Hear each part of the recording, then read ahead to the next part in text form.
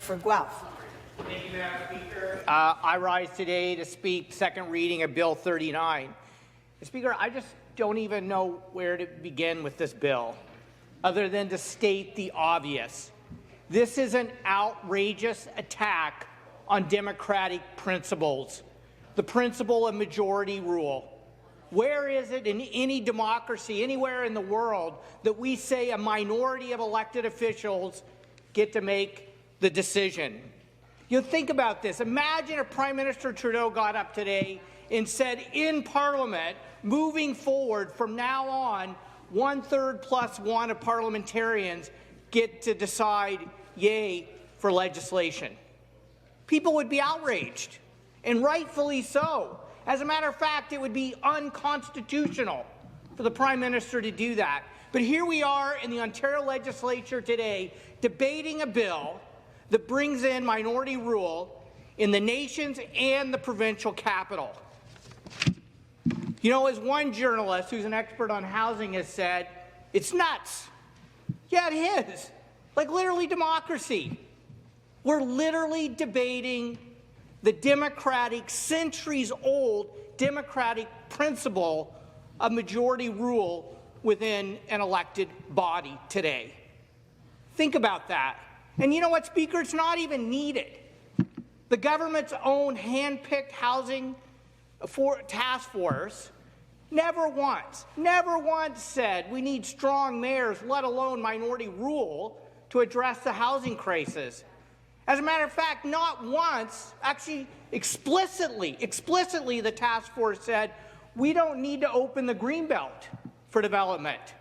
But here we are in Schedule 2 of this bill, opening the Stop the clock. Stop the clock, and I apologize for interrupting, but pursuant to Standing Order 50C, I am now required to interrupt the proceedings and announce that there's been 6.5 hours of debate on the motion for second reading of this bill. This debate will therefore be deemed adjourned unless the Government House Leader directs the debate to continue. Thank you, Speaker. Please continue. The member is very passionate. Thank you. We'll continue the debate, and the member for Guelph will continue. Start the clock. I appreciate the opportunity to finish this, and I'm hoping to answer some members' questions. You know, in committee, when we were talking about estimates for Ministry of Agriculture, Food and Rural Affairs, government members questioned whether the Greenbelt land that's being opened for development was actually prime farmland. Well, we actually learned in this bill the Duffins Creek Agriculture Preserve is one of the areas that's being opened for development. Specialty cropland, some of the best cropland in North America. As a matter of fact, the government sold it to farmers at well below market prices because it would be saved forever for farming. And then some land speculators bought it up cheap, and now they're going to turn millions into billions with the stroke of a pen, and the rest of us are going to foot the bill for this. This is raising questions among the farm community. Is anything sacred when it comes to protecting farmland in this province? Speaker, this bill should just be pulled, not even go to committee. Let's just pull it. Thank you. We'll now turn to the question and answers for the member for Guelph, and I'll recognize the member for Brent. Thank you, Speaker. Appreciate that. Always enjoy engaging with my friend from Guelph. Saw him at an event, just a couple Saturdays ago, and it was very good to see him. I would like to pose to him, I know it's a little bit off topic from where he was going with, but he did bring in farmland. And so I'd like to pose to him the same question that I asked the member from University of Rosedale just a few minutes ago. We are told, and I believe the statistics, that there's 320 acres of farmland that's going into development on a daily basis in the province of Ontario. I believe that statistic's accurate. I was wondering if the member knows, because I have not been able to find the answer to that question yet, and that might be a little bit of a dig at the Parliamentary Assistance to Agriculture to see if they can find me that number. But how many of those acres are not already in established settlement boundaries that have been well established and approved official plans that have been approved at municipal council and at the provincial level of that acreage that's not yet in a settlement boundary? I was wondering if he had any insights on what that actual number might be. Thank you, Speaker. Thank you. Member for Guelph's response. Yeah, I appreciate my colleague's question. He asked me this question in the hallway a couple weeks ago. So I asked the Ontario Farmland Trust, they're the people who came up with the statistic. It is derived directly from Statistics Canada data, and happy to provide that to government members, 320 acres a day. Unfortunately, to get into the level of detail that the member is asking is very difficult through StatsCan data. So it would have to be something that the Ministry of Agriculture or maybe Municipal Affairs and Housing should know. But it seems to me the government would want to know this information before they actually expand and develop on even more farmland. And as a matter of fact, experts have shown there are 88,000 acres of land already approved for development in Ontario within existing urban boundaries that we can use to address the housing crisis. So the question I would ask is, why are we opening the Greenbelt for development? Why are we expanding urban boundaries when we have enough land already within existing urban boundaries to build the housing we need? Thank you. The member for Landon Fanshawe for the next question. Thank you, Speaker.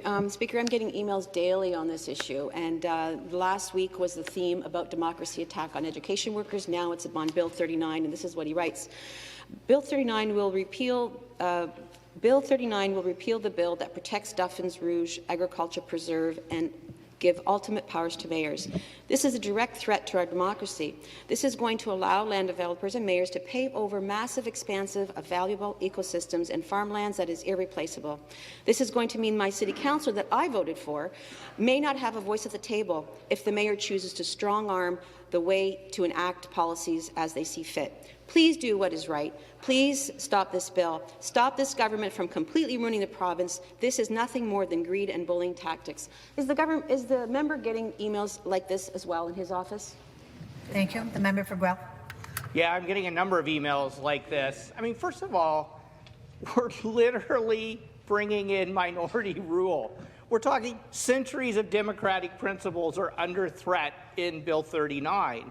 And when it comes to the Greenbelt, I don't know if I've ever heard a premier be so explicit so many times promising not to do something when it comes to the Greenbelt. I can tell you, we looked it up in the Hansard. There are multiple occasions just in this House alone that the premier said, we will not open the Greenbelt for development. That the Minister of Municipal Affairs and Housing said we would not open the Greenbelt for development. Of course, we know the infamous campaign video where the Premier explicitly said, I will not open the Greenbelt for development. And so what so many people are asking me is, why doesn't the Premier keep his promise to protect the Greenbelt? Because we don't need that land to build the housing that we need. We already have it approved for development. Thank you. We have time for another quick question. Member for Brantford-Brant again. I would never waste an opportunity to interact with my friend from Guelph, Madam Speaker. And I'm just trying to think of where I was going now, because I had a good question stuck in my head somewhere. It's rattling around. We're in trouble. Yeah, exactly. I can see the smoke coming out of my ears. Thank you to my friend from Kiiwetinoong. But I was wondering, again, a little bit off topic, but if we are able to decrease development charges to get more purpose-built rental housing online, I know it's not in this bill, but I was wondering if I could pick the member's brain on that. Member for Guelph. Yeah, I think if the province replaces that lost revenue to municipalities, then it's something we can consider if it is truly affordable and in perpetuity being affordable. But the bottom line is we can't ask existing property taxpayers to foot the bill for that. Thank you very much.